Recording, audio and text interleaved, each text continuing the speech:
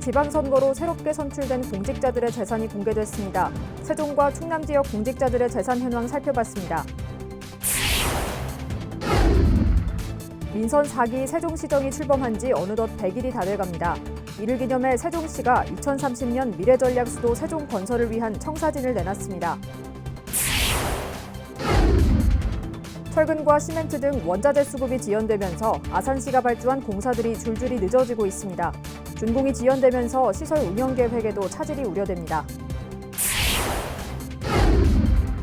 세종과 공주를 오가는 광역 BRT 버스가 오는 2025년 하반기부터 운행에 들어갑니다. 3년 만에 대면으로 치러진 충남도민 체육대회에서 천안시가 종합 우승을 차지했습니다.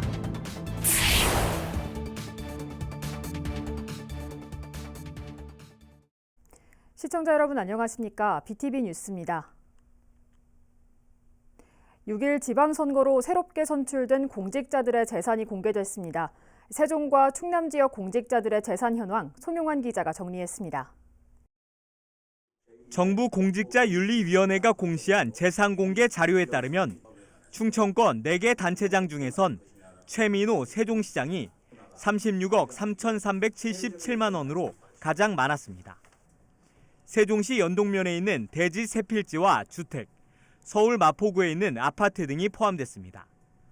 다만 공개된 재산 중 배우자와 공동 소유한 12억 상당의 주택은 최 시장 본인과 배우자에게 이중으로 계산돼 실제 재산은 23억 9,777만 원이라고 밝혔습니다.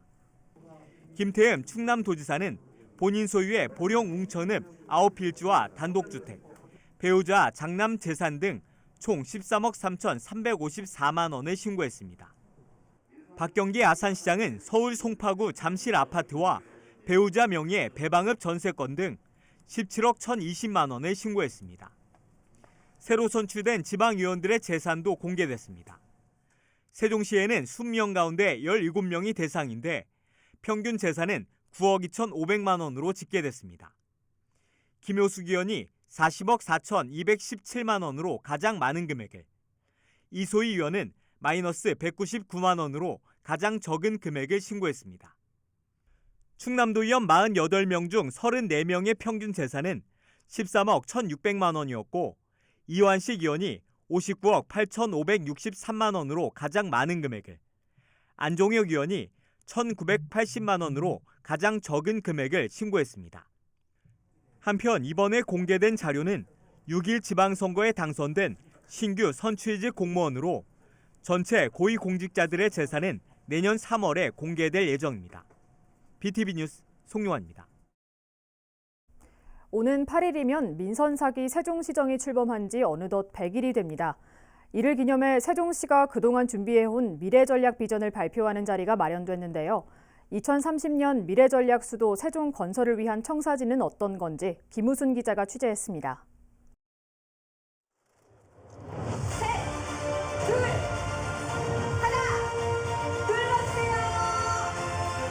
세종시가 2030년 미래전략수도 완성을 위한 청사진을 공개했습니다.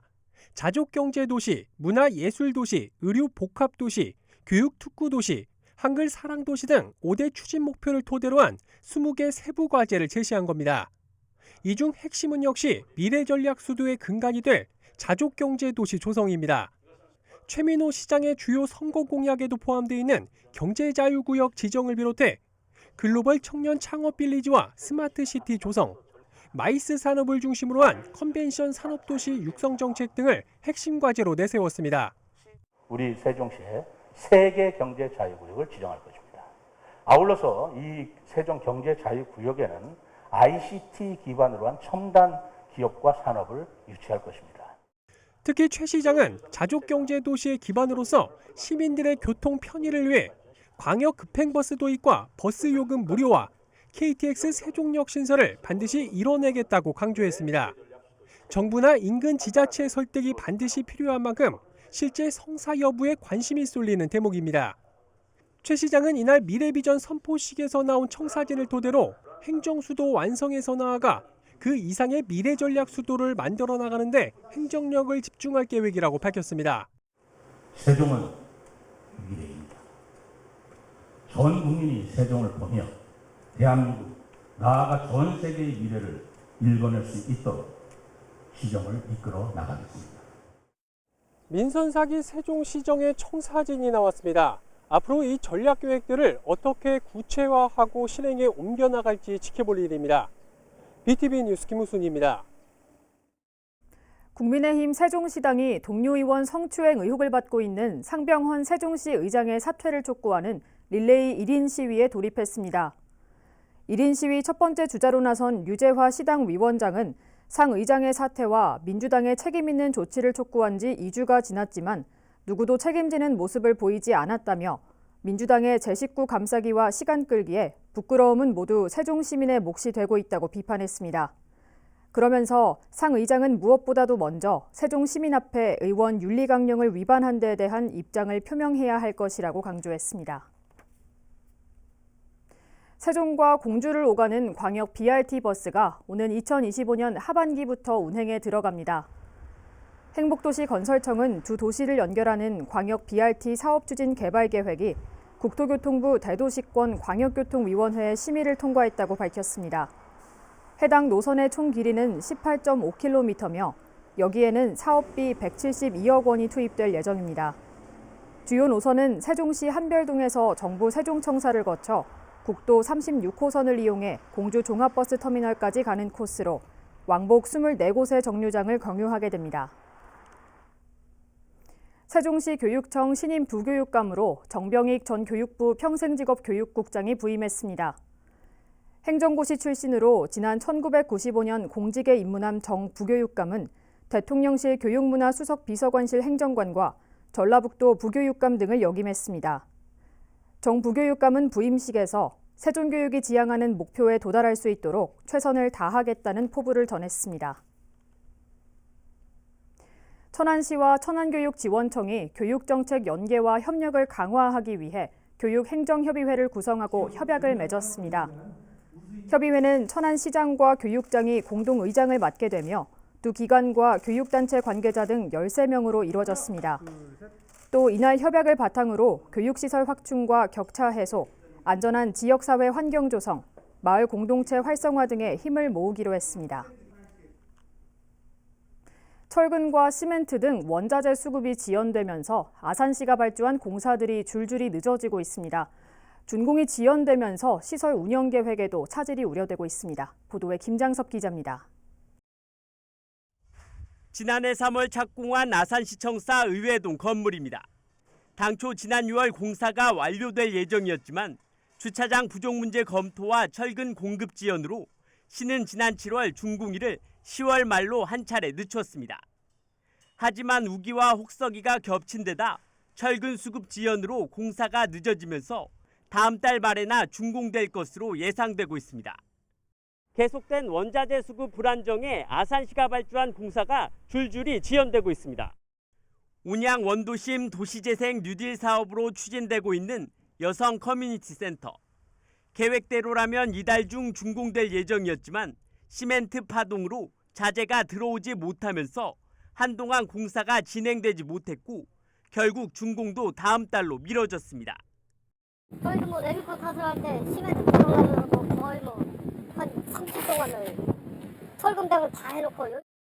인근에 건립 중인 운양온천시장 복합지원센터 역시 철근 수급이 어려워지면서 정상적으로 공사가 이루어지지 않고 있는 상황. 결국 담당 부서는 준공일을 올 연말에서 내년 8월로 조정했습니다. 이에 시는 국제영양과 화물연대 파업 등으로 원자재 수급이 제대로 이루어지지 않으면서 전체적으로 공사가 늦어졌다며 공사가 제대로 마무리될 수 있도록 감독의 철저를 기하겠다고 밝혔습니다. 불안정한 원자재 수급 상황 속에 공사가 늦어지면서 시설 운영 계획도 차질이 예상됩니다. BTV 뉴스 김장섭입니다. 제28회 아산 시민의 날 기념 행사가 신정호 아트밸리 야외음악당에서 열렸습니다. 이번 행사는 시민 헌장 낭독과 시민 대상 시상, 민선 8기 취임 100일 시정 브리핑, 축하 공연 등으로 진행됐습니다. 한편 아산 시민의 날은 10월 1일로 지난 1995년 1월 1일 온양시와 아산군이 아산시라는 이름으로 통합돼 출범한 것을 기념해 정해졌으며 올해는 연휴로 인해 4일의 기념식이 열렸습니다. 천안시 서북구 보건소가 보건의료 발전에 기여한 공로로 충남도지사 기관상을 수상했습니다. 서북구 보건소는 선별진료소 운영과 역학조사, 예방접종 등 체계적인 코로나19 대응으로 좋은 평가를 받았습니다. 이 밖에도 농어촌 공공보건의료 개선과 심뇌혈관 예방관리, 금연사업 등 지역사회 건강 증진을 위해 다양한 사업을 추진해 왔습니다. 3년 만에 대면으로 치러진 충남도민체육대회에서 천안시가 종합 우승을 차지했습니다. 천안시 선수단은 지난 2일까지 보령에서 열린 이번 대회에서 금메달 64개, 은메달 47개, 동메달 61개 등 모두 172개의 메달을 따내 총점 28,550점으로 역대 최고 점수를 기록했습니다. 2위는 아산시, 3위는 당진시가 차지했습니다. 오늘 오전 10시 1분쯤 세종시 보람동의 한 상가 건물에서 불이 났습니다.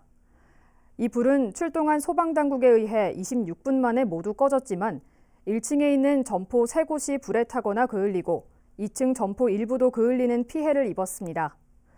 또 불이 나자 상가에 있던 20여 명이 긴급 대피했으며 다행히 인명피해는 발생하지 않았습니다. 소방당국은 최초 신고자 진술 등을 토대로 정확한 화재 원인을 조사 중입니다.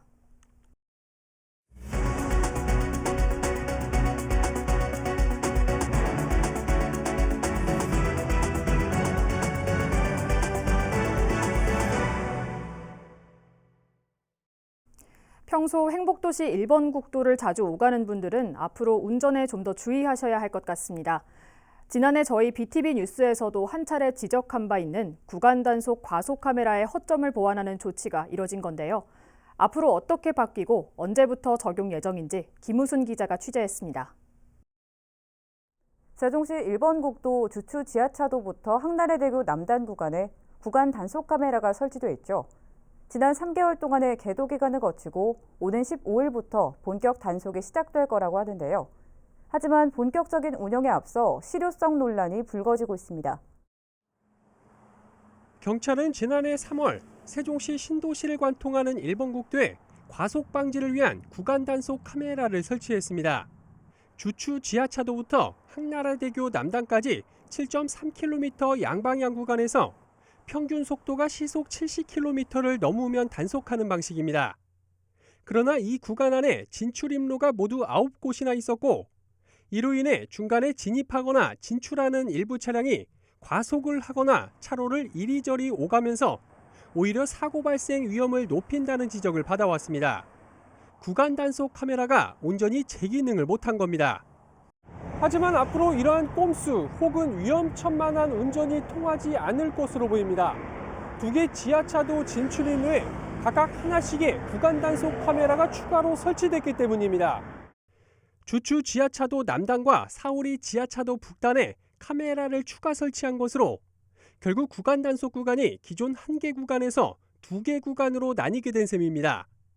최근 세종시가 3억 5천만 원의 예산을 들여 카메라 설치를 완료한 가운데 조만간 관리 권한이 세종경찰청으로 이관될 예정입니다. 경찰은 이관이 최종 완료되면 시범 운영과 3개월가량의 계도 기간을 거쳐 이르면 내년 1월부터 정식 가동에 들어갈 수 있을 것으로 내다보고 있습니다. BTV 뉴스 김우순입니다. 자치단체마다 매년 수억 원이 넘는 연구 용역비를 쓰고 있는데요. 천안시 공무원들이 직접 연구 용역을 수행해 예산도 아끼고 공무원들의 역량도 강화하고 있습니다. 송용환 기자의 보도입니다. 지난해 11월에 문을 연 타운홀입니다. 높이 240m에서 시내 전경을 한눈에 볼 수 있어 평일에는 400명, 주말에는 600명이 넘게 찾고 있습니다. 지역 관광 명소로 자리 잡았지만 노후된 원도심 풍경과 밋밋한 야경은 아쉬움이 남습니다. 옥상이 매우 노후화됐고 지저분한 모습을 보게 됩니다. 그리고 또 원도심이 많이 쇠퇴돼서 유동인구도 많이 줄어들고 있습니다. 또한 밤에는 그냥 그저 그런 야경입니다. 조명, 불빛, 그래서 별 특색이 없어 보입니다. 도시 야간 경관 개선을 위해 담당 부서 공무원들이 머리를 맞댔습니다. 옥상을 활용한 별자리 조성과 미디어 파사드, 프로젝션 매핑 등 다양한 의견이 나왔습니다. 수천만 원을 들여 외부 기관에 연구 용역을 맡기는 게 일반적이지만 천안시 공무원들은 자체적으로 연구팀을 꾸려 용역을 직접 수행하고 있습니다. 이런 방식으로 현재 진행되고 있는 용역은 총 3건으로 교육청소년과의 교육문화특구 지정 계획 수립과 청소행정과의 대학가 생활폐기물 배출 환경 개선 등입니다. 아주 실용적이기도 하고 또 어떻게 보면 비전이 담겨 있는 그런 과제를 선정해서 이렇게 자체 그 용역을 진행하는 모습이 사뭇 진지하게 이렇게 느껴집니다. 최종 보고는 오는 11월에 있을 예정인데 시는 약 6천만 원의 연구 용역 예산을 절감하고 공무원의 역량도 강화될 것으로 기대하고 있습니다. BTV 뉴스 송용환입니다. 박경귀 아산시장이 공약한 동북권 노인복지관 건립이 설계비 삭감으로 제동이 걸렸는데요. 당초 계획됐던 도시숲공원 대신 복지관을 짓는 건 부적절하다는 지적에 시는 지가 상승 등으로 부지 변경은 어렵다며 당초 계획대로 추진할 뜻을 내비쳤습니다. 보도에 김장섭 기자입니다. 아산시에서 위탁 운영하고 있는 아산시 노인종합복지관입니다. 지난 2003년 개관한 곳으로 평생 교육 등 노인의 삶의 질 향상에 도움을 주고 있습니다. 문제는 노인 인구 증가에 따라 이용객이 늘면서 포화 상태에 이른 데다 위치도 온양 원도심에 있다 보니 다른 지역에서 이용하기가 쉽지 않다는 것. 이에 박경귀 아산시장은 오는 2026년까지 배방읍 공수리 폐철도 부지에 124억 원을 들여 강당과 프로그램실 등을 갖춘 독립노인복지관을 건립하겠다고 약속했습니다. 배방 당정 공복 동북권이 12만이 넘습니다. 그럼에도 불구하고 독립적인 노인복지관이 없었습니다. 그래서 그동안 많은 고충을 겪어오셨을 텐데 이제 동북권에 당당한 독립 노인복지관을 하지만 7월 말 열린 아산시의회 제237회 임시회 제2차 본회의에서 복지관 건립 설계비 5천만 원이 삭감된 상황. 해당 부지에 계획했던 도시숲공원 대신 노인복지관을 짓는 건 부적절하다는 지적이 제기되면서 제동이 걸린 겁니다. 이에 아산시는 현재 동북권 지역에 상승된 지가를 생각하면 시에서 매입하기로 한 폐철도 부지 이외에는 대안이 없다며 노인복지관 건립 위치 변경은 어렵다는 입장입니다. 또한 계획대로 오는 2026년 노인복지관 준공을 목표로 행정 절차를 수행하고 있다며 예산 확보를 위해 의회를 지속적으로 설득해 나가겠다고 밝혔습니다. BTV 뉴스 김장섭입니다. 세종시가 가을철 수확기를 맞아 오는 15일부터 사흘 동안 유해 야생동물 일제포획을 진행합니다. 이번 일제포획은 야생동물 피해 방지 단원을 동원해 민원 발생 지역을 중심으로 포획 첫날은 괴화산에서 이튿날은 읍면 지역 위주로 주야간 일제포획에 나설 예정입니다. 시는 포획 단원들에게 사전 안전교육을 실시해 안전사고를 예방하고 야간 입산 자제 등 안전 유의 사항에 대해 현수막이나 마을 방송 등 다양한 방법으로 시민들에게 안내할 예정입니다. 한편 올해 야생동물에 따른 농작물 피해 신고 건수는 지난달 말 기준 모두 323건으로 월별 민원 접수 현황을 분석한 결과 117건이 접수된 지난 7월이 가장 많았습니다. 제33회 설화예술제가 오는 10월 8일부터 10일까지 4흘간 신정호 야외음악당 일원에서 개최됩니다. 한국예술문화단체 총연합회 아산지회가 주최하는 이번 예술제에서는 라인댄스와 가야금 병창, 집터 다지기 등 아산 지역 예술인들이 참여하는 다양한 공연이 펼쳐질 예정입니다. 또한 클래식 콘서트와 마술쇼, 가을춤 나들이 공연 등도 선보이게 되며 문인과 미술, 사진지부의 작품도 신정호 행사장에 전시돼 감상할 수 있습니다. 오는 10일 세종축제 기간과 맞물려 세종시 공공자전거 어울링을 이용한 일명 어울링 바이크 투어 행사가 열립니다. 디투뉴스 24가 주최하는 이 행사는 어울링 이용 활성화를 위한 것으로 참가 대상 역시 어울링 일반 회원 이상으로 한정됩니다. 이날 행사는 사전에 참가 신청을 한 시민이 어울링을 타고 오전 9시부터 11시까지 행복도시 주요 핫스폿 25곳 가운데 3곳의 핫스폿 스탬프를 찍고 금강보행교 남측광장에 집결하는 방식으로 진행됩니다. 참가비는 무료지만 일반 회원은 1,000원의 어울링 대여비를 지출해야 하며 참가 인원은 각 생활권 인구에 비례해 선착순으로 1,111명을 모집 중에 있습니다. 참가 신청이나 보다 자세한 행사 내용 확인은 D2뉴스 카카오 채널 채팅창을 통해 하면 됩니다. 천안시는 10월 10일 세계 정신건강의 날을 앞두고 오는 7일 불당동 시민체육공원에서 마음건강 어울마당 행사를 엽니다. 이날 행사는 기념식과 표창장 수여, 줄다리기, 레크레이션 등으로 진행됩니다. 이상으로 BTV 뉴스를 마칩니다. 시청해주신 여러분 고맙습니다.